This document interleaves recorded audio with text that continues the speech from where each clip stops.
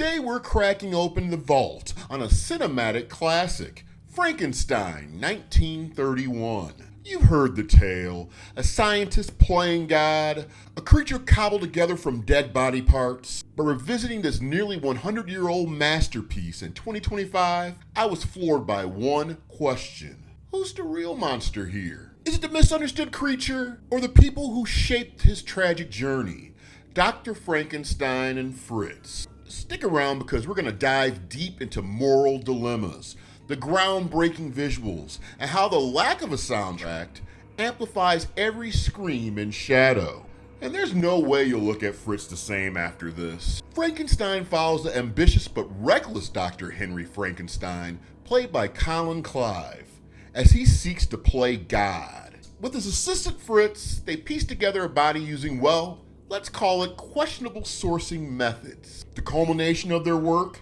A living, breathing creature played by Boris Karloff. But there's no happily ever after here. The monster isn't welcomed, it's rejected and abused from the very start. When a creature escapes, it ventures into the world with the innocence of a child and the strength of 12 men. What follows is a spiral of tragedy, misunderstanding, and violence. While it's labeled a horror film, Frankenstein is so much more. It's a dark mirror reflecting humanity's ambition, fear of the unknown, and cruelty toward what we don't understand. Here's where things get juicy. Fritz, played by Don Fry, is a total wild card. He torments the monster with fire, mocks it, and pushes it to the brink. If we're pointing fingers at villains, Fritz earns a top spot.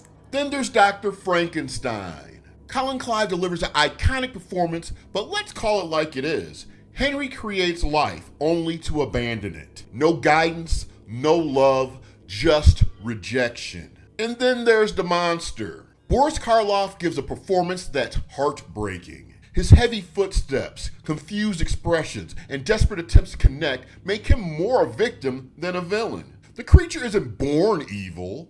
It's the world's cruelty, Fritz's taunts, Frankenstein's neglect that turns him to what others perceive as a monster. This flips the script on the monster narrative. Who's more monstrous? The one who lashes out in pain, or those who create an abandoned life without considering the consequences? Let's talk visuals. This movie is Gothic perfection. From the towering lab and its crackling machines to the eerie countryside, every frame drips with atmosphere. The use of shadows creates a constant sense of unease, and director James Whale's attention to detail is remarkable. Boris Karloff's portrayal of the monster is nothing short of legendary. With no lines to rely on, he conveys every emotion through his eyes and movements. And who could forget Colin Clive's shout of, "It's alive!" A moment that's forever etched in cinematic history. Dwight Fry's performance as Fritz adds chaotic energy, heightening the tension in every scene he's in. Here's a curveball you don't see coming: the lack of a musical score. At first it feels strange. We're so used to music telling us how to feel, but Frankenstein relies on silence and it works. The quiet amplifies every footstep, every creak of the lab equipment, and every anguished moan from the monster. It's haunting in a way that modern films rarely achieve. Instead of guiding us with music, the film leaves us to sit in the raw emotion of each scene. The result? A viewing experience that feels intimate, unsettling, and deeply immersive. Frankenstein floored me. It's not just a horror classic. It's a deeply philosophical story about creation, responsibility, and humanity's darker tendencies. The theme itself hits just as hard today as it did back in 1931. The lack of a score? Genius. The acting? Impeccable. And the Gothic atmosphere? Mwah, awesome. I'm giving this film a solid 9 out of 10.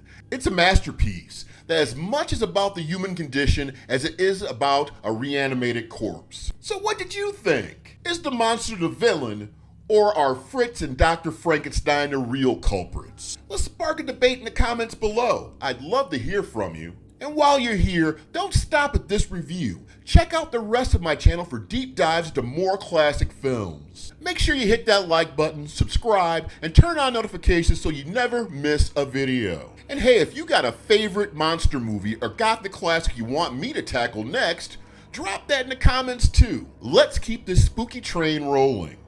Thanks for watching. Remember, sometimes the scariest monsters are the ones who look just like us. I'm Troy Hill, this is Troy Hill Talks, and I'll see you next time with some more reviews. Take care.